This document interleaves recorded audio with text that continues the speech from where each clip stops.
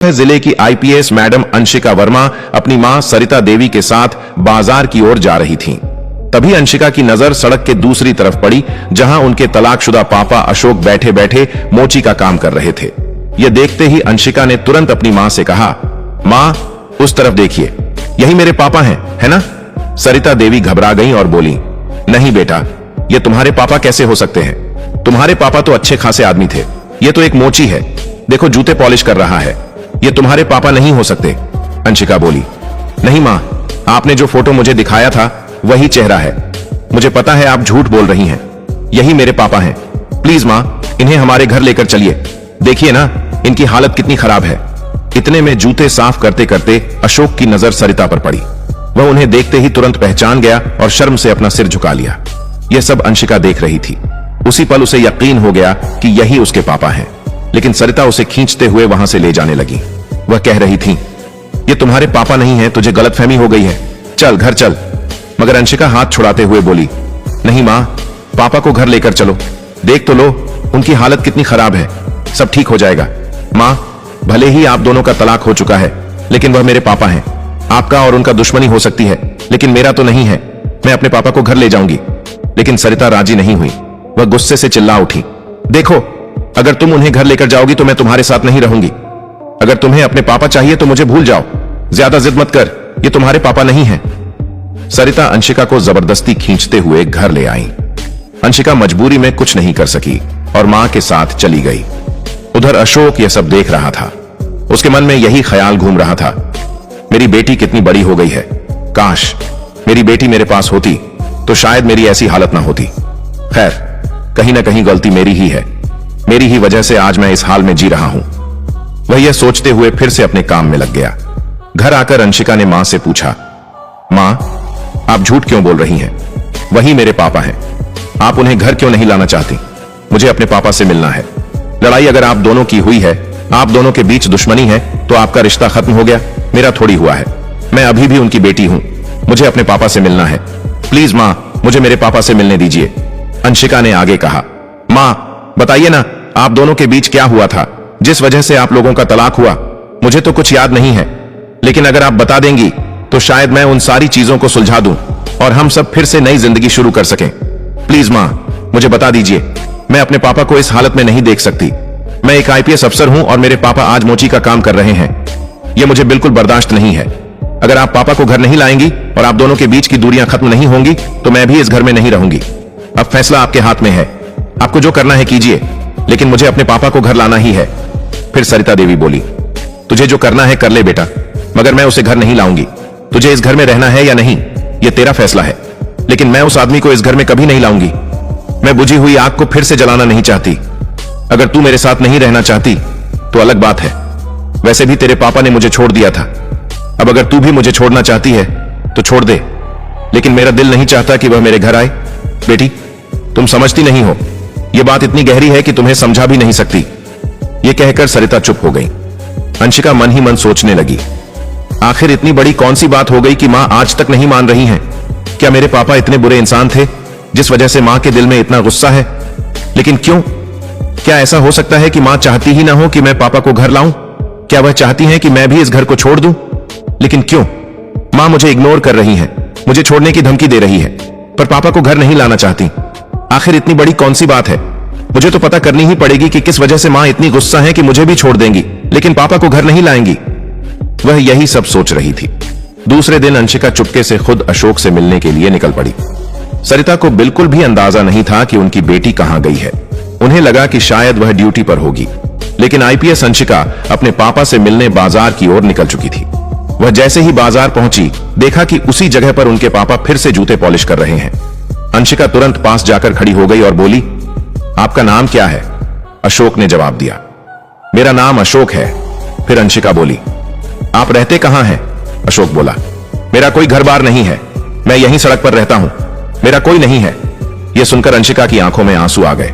वह बोली, आप मुझे पहचानते हैं? अशोक ने शर्म से सिर झुकाते हुए कहा, नहीं, मैं आपको नहीं जानता। आप कौन हैं? मुझे क्या पता। अंशिका मन ही मन सोचने लगी, पापा झूठ क्यों बोल रहे हैं? मुझे तो पहचानते होंगे, क्योंकि उस दिन मां के साथ उन्होंने मुझे देखा था। वह फिर बोल पड़ी, आप मुझे जानते नहीं हैं? मेरा नाम अंशिका है। याद कीजिए, शायद जानते होंगे। कहीं ना कहीं तो आपने मुझे जरूर देखा होगा ना? अशोक बोला।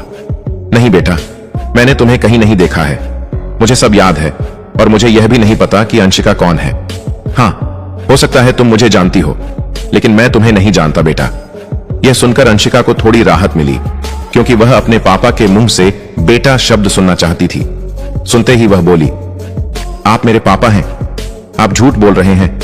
मुझे पता है कि मेरी मां से आपकी शादी हुई थी और मैं आपकी बेटी हूं। मुझे नहीं पता कि आप दोनों के बीच क्या हुआ, किस वजह से रिश्ता टूटा, लेकिन अब मैं आप दोनों को एक साथ देखना चाहती हूं। मेरा सपना है कि मेरी मां और पापा फिर से एक साथ रहें। यह सुनकर अशोक घबराते हुए बोला, आप यह सब क्या कह रही हैं? मेरी तो शादी भी नहीं हुई। आप शायद किसी और के बारे में बात कर रही होंगी। मैं किसी का पापा नहीं हूं। यह सुनकर अंशिका मन ही मन सोचने लगी, मेरे पापा सब झूठ बोल रहे हैं। मां और पापा दोनों ही मिलना नहीं चाहते, मगर मैं तो इन्हें मिलाकर ही रहूंगी। वह फिर से बोली, देखिए, मुझे पता है कि आप मेरे पापा ही हैं और मैं आप दोनों को मिलाकर रहूंगी, चाहे आप लोग जितना भी दूर भागें। चलिए मेरे साथ घर चलिए। आप यह सब क्या कर रहे हैं? आपको यह शोभा नहीं देता। मैं एक आईपीएस हूं और एक आईपीएस की बेटी के पापा इस तरह का काम नहीं करते। प्लीज पापा, घर चलिए। यह सुनकर अशोक की आंखों में आंसू आ गए। वह आंसू पोंछते हुए बोला, नहीं बेटा, मैं तुम्हारे घर नहीं जाऊंगा। वह मेरा घर नहीं है, वह तुम्हारा घर है। तुम रह सकती हो, लेकिन मैं थोड़ी ना तुम्हारे घर जा सकता हूं। हाँ, बोल दिया, हो गया। मैं यहीं रहता हूं बेटा, और यहीं रहूंगा। मुझे किसी के घर जाने की जरूरत नहीं है। मैं ठीक हूं बेटा, तुम घर जाओ। यह सुनकर अंशिका समझ चुकी थी कि इस तरह से इन दोनों को मिलाना आसान नहीं होगा। उसे अब कोई और तरीका ढूंढना पड़ेगा। वह अच्छे से तलाश करना चाहती थी कि आखिर उसकी मां और पापा के बीच हुआ क्या था, किस वजह से उनका रिश्ता टूटा था। वह यह भी ठान चुकी थी कि उस रिश्ते को जोड़ने के लिए कुछ भी करेगी। इसीलिए अगले ही दिन अंशिका ने अपनी मां से पूछा, मां, आपकी कोई सहेली या दोस्त नहीं है क्या? सरिता देवी बोली, क्यों नहीं बेटा, दोस्त क्यों नहीं होंगे? मेरे दोस्त भी थे और सहेलियां भी, और अभी भी मेरी एक दो सहेलियों से बात होती रहती है। जैसे तुम्हारे भी बहुत सारे दोस्त हैं, वैसे ही मेरे भी हैं। लेकिन क्यों बेटा, यह सवाल क्यों? अंशिका बोली, नहीं मां, ऐसे ही पूछ रही थी। मैंने सोचा कि आपके दोस्त हैं या नहीं। वैसे भी घर में तो कभी कोई आता नहीं है, इस वजह से पूछ लिया। अंशिका की बात सुनकर सरिता को थोड़ा शक हुआ कि अचानक यह सवाल क्यों पूछा जा रहा है। फिर वह बोली, सच बताओ बेटा, तुमने यह सवाल क्यों पूछा? अंशिका बोली, मां, बस ऐसे ही पूछ रही थी, क्योंकि आप लोगों ने कभी अपनी सहेलियों को घर पर बुलाया नहीं, किसी त्योहार पर भी नहीं बुलाती। तो मैं सोच रही थी कि अगर आपकी कोई अच्छी सहेली है तो आप उन्हें घर बुला लीजिए। मेहमान आएंगे तो हम लोग मिलकर मेहमान नवाजी करेंगे, कितना अच्छा लगेगा। अंशिका की बात सुनकर सरिता बोली, हां बेटा, तुमने सही कहा। मेरी एक दो सहेलियां हैं जो पास में ही रहती हैं, उनकी शादी हो चुकी है। अगर बुलाऊंगी तो जरूर आएंगी। दूसरे दिन सरिता देवी की सहेली घर आई। सबने मिलकर खाना खाया, खूब बातें की। उसके बाद जब सरिता की सहेली ललिता अपने घर जाने लगी तो अंशिका बोली, अरे आंटी, आप घर जा रही हैं तो अपना नंबर दीजिए ना, कभी कभी कॉल पर बात कर लेंगे। ललिता ने नंबर दे दिया और अंशिका ने वह नंबर नोट कर लिया। अगले दिन अंशिका ने ललिता को कॉल किया और बोली, आंटी, क्या मैं आपसे मिल सकती हूं? मुझे आपसे कुछ जरूरी बातें करनी है। आप कहां हैं? मुझे कहां आना होगा? ललिता बोली, क्यों बेटा, किस बारे में बात करनी है? फोन पर नहीं बता सकती? अंशिका बोली, नहीं आंटी, ऐसी बात नहीं है, लेकिन मैं आपसे मिलकर ही बात करना चाहती हूं। यह बहुत जरूरी है। क्या मैं आपके घर आ जाऊं? ललिता ने कहा, हां बेटा, अगर घर आना चाहती हो तो आ जाओ, जो भी बात करनी है कर लेंगे। अंशिका ललिता के घर गई और उनसे पूछने लगी, आंटी, मुझे यह बताइए कि मेरी मां और पापा का तलाक क्यों हुआ? क्या वजह थी कि दोनों अलग हो गए? और मेरे पापा की हालत इतनी खराब क्यों हो गई कि वह सड़क पर बैठकर जूते पॉलिश करने लगे? यह सुनकर ललिता ने बताना शुरू किया, जब तुम्हारी मां और पापा की शादी हुई थी तो शुरू का 1 साल सब कुछ बिल्कुल ठीक था। फिर तुम्हारा जन्म हुआ। तुम्हारे जन्म के 1 साल बाद जिस कंपनी में तुम्हारे पापा काम करते थे वहीं एक लड़की थी। तुम्हारे पापा का उस लड़की से अफेयर चलने लगा। यह रिश्ता लगभग 2 साल तक चला। उस लड़की ने तुम्हारे पापा को बहुत लूटा। न जाने किन किन तरीकों से उसने तुम्हारे पापा के सारे पैसे ले लिए। यहां तक कि तुम्हारे पापा इतने पागल हो गए थे उस लड़की के चक्कर में कि उन्होंने अपनी कुछ संपत्ति भी बेचकर उसे दे दी। लेकिन तुम्हारी मां को यह सब बिल्कुल भी नहीं पता था। जब तुम्हारी उम्र 4 साल की हुई तब तुम्हारी मां को उस लड़की के बारे में सच्चाई पता चली।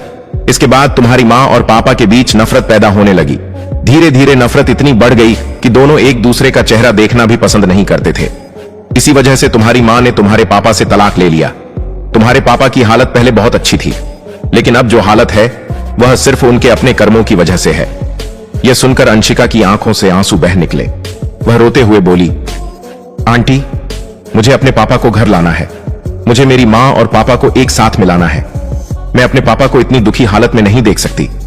क्या आप मेरी मदद करेंगी ताकि मेरे पापा और मेरी मां एक हो जाएं? ललिता बोली, हां, मैं तुम्हारी मदद करूंगी, लेकिन कैसे? तुम्हारी मां तो अशोक से बहुत नफरत करती है। वह तो उसे कभी अपना मानेंगी ही नहीं।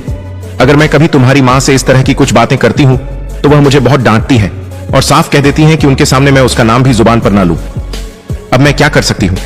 अंशिका बोली, आप कर सकती हो। चलिए आज ही दोनों मिलकर पापा के पास चलते हैं और उन्हें घर लाते हैं। मानने वाले तो वे आसानी से नहीं हैं, लेकिन उन्हें मनाना ही पड़ेगा। उन्हें राजी करना पड़ेगा कि घर जाना ही होगा। शायद वह घर आ जाए। ललिता बोली, ठीक है, अगर तुम चाहती हो तो चलो, कोशिश करके देखते हैं क्या होता है। फिर दोनों मिलकर अशोक के पास पहुंचते हैं। ललिता बोली, देखिए, मैं समझती हूं कि आप किस हालत में हैं। मैं जानती हूं कि आपका मन नहीं है, लेकिन अपनी बेटी के लिए तो आप घर जा सकते हैं। क्या आपको नहीं दिख रहा कि आपकी बेटी आपसे मिलने के लिए कितनी तड़प रही है? क्या आप उसकी बात नहीं मानेंगे? अंशिका रोते हुए बोली, पापा, आपको घर जाना ही पड़ेगा। मुझे अच्छा नहीं लगता कि आप यहां इस तरह छोटे काम करें। मैं एक आईपीएस हूं और यह आपको शोभा नहीं देता। मैं मानती हूं कि आपका और मां का रिश्ता अब नहीं है, लेकिन मेरा तो रिश्ता है ना। मैं आपकी बेटी हूं। पापा, प्लीज घर चलिए, आपको घर जाना ही पड़ेगा। अशोक बोला, नहीं बेटा, मैं तुम्हारे घर कैसे जा सकता हूं? हां, मानता हूं कि तुम मेरी बेटी हो, लेकिन अब तुम मेरे पास नहीं हो। कानून के मुताबिक तुम अब सिर्फ सरिता की बेटी हो और तुम वहीं खुश हो। मैं तुम्हें खुश नहीं रख सकता बेटा। मेरी इतनी हैसियत भी नहीं है कि तुम्हारी मां के साथ फिर से जिंदगी बिताने के लिए तुम्हारे साथ जाऊं। तुम यह सब भूल जाओ और अपना काम करो। अंशिका मन ही मन सोचने लगी, पापा को घर ले जाने के लिए कुछ न कुछ झूठ तो बोलना ही पड़ेगा, तभी वह मानेंगे। वह बोली, नहीं पापा, आप गलत कह रहे हैं। आप मेरे पापा हैं और मैं आपको अपने घर लेकर जाऊंगी। वैसे भी मां ने आपको बुलाया है। फिर बोली, अब सब राजी हैं। प्लीज पापा, घर चलिए। हम लोग अब खुश रहेंगे, कोई गलती नहीं होगी। हम लोग फिर से नई जिंदगी शुरू करेंगे। आप प्लीज मेरे साथ घर चलिए। अंशिका झूठी बात कहकर अपने पापा को मना लेती है कि मां ने उन्हें घर बुलाया है। यह सुनकर अशोक मान जाते हैं और तीनों मिलकर घर चले जाते हैं। घर पहुंचते ही जैसे ही सरिता की नजर अशोक पर पड़ती है, वह गुस्से से अंशिका को डांटने लगती है। ये कौन है बेटा? तुम उसे किस घर में लेकर आ गई? तुम्हारा दिमाग तो सही है ना? ये सब तुम क्या कर रही हो? मैंने तुम्हें मना किया था, फिर भी तुम ये सब कर रही हो। मुझे नहीं पता था कि तुम ये सब करने वाली हो, वरना मैं तुम्हें घर से बाहर ही नहीं जाने देती। सरिता का गुस्सा देखकर अशोक वापस जाने लगे। तभी अंशिका ने उन्हें रोक लिया और बोली, पापा, ये घर मेरा है, आप कहीं नहीं जाएंगे। आपको कहीं जाने की जरूरत नहीं है। मैं आपको इस घर में रखूंगी और वैसे भी मैं आपकी बेटी हूं, कोई गैर इंसान नहीं। प्लीज पापा, मेरी बात मान जाइए, मन से माफी मांग लीजिए। मगर अशोक माफी मांगने को तैयार नहीं थे और न ही सरिता मानने को। तभी ललिता बोली, सरिता, देखो, मैं जानती हूं कि तुम दोनों के बीच क्या क्या हुआ है और किस हालात से गुजरे हो, लेकिन अभी अपनी बेटी की वजह से तो तुम लोग मिल सकते हो ना। तुम्हारी बेटी अब बड़ी हो गई है और उसे अपने पापा के बिना जिंदगी अधूरी लगती है, इसीलिए वह यह सब कर रही है। तो प्लीज मान जाओ, तुम दोनों मिल जाओ, सबके लिए अच्छा होगा। फिर अंशिका रोते हुए बोली, मां, मैं आपके आगे हाथ जोड़ती हूं, प्लीज आप दोनों मिल जाइए। मुझे कुछ नहीं चाहिए, बस आप दोनों की खुशी चाहिए। अगर आप दोनों मिल जाएंगे तो वही मेरी सबसे बड़ी खुशी होगी। अंशिका की आंखों में आंसू देखकर अशोक की आंखों में भी नमी आ गई और सरिता भी रो पड़ी। फिर आंसू पोंछते हुए सरिता ने धीरे धीरे अशोक का हाथ पकड़ लिया। दोनों गले लग गए। इस तरह अंशिका अपनी हिम्मत और समझदारी से अपने मां बाप को फिर से एक साथ कर देती है और अपने पापा को वापस पा लेती है। दोस्तों, अगर आपको यह वीडियो पसंद आया हो तो प्लीज इस वीडियो को लाइक कीजिए और ज्यादा से ज्यादा लोगों तक शेयर कीजिए। और हां, हमारे चैनल माशकुर वॉइस को सब्सक्राइब करना बिल्कुल मत भूलिए, क्योंकि यहां आपको मिलते हैं रोमांचक और सच्ची घटनाओं पर आधारित वीडियो। दोस्तों, आप लोग कहां से और किस देश से यह वीडियो देख रहे हैं, हमें कमेंट में जरूर बताइए।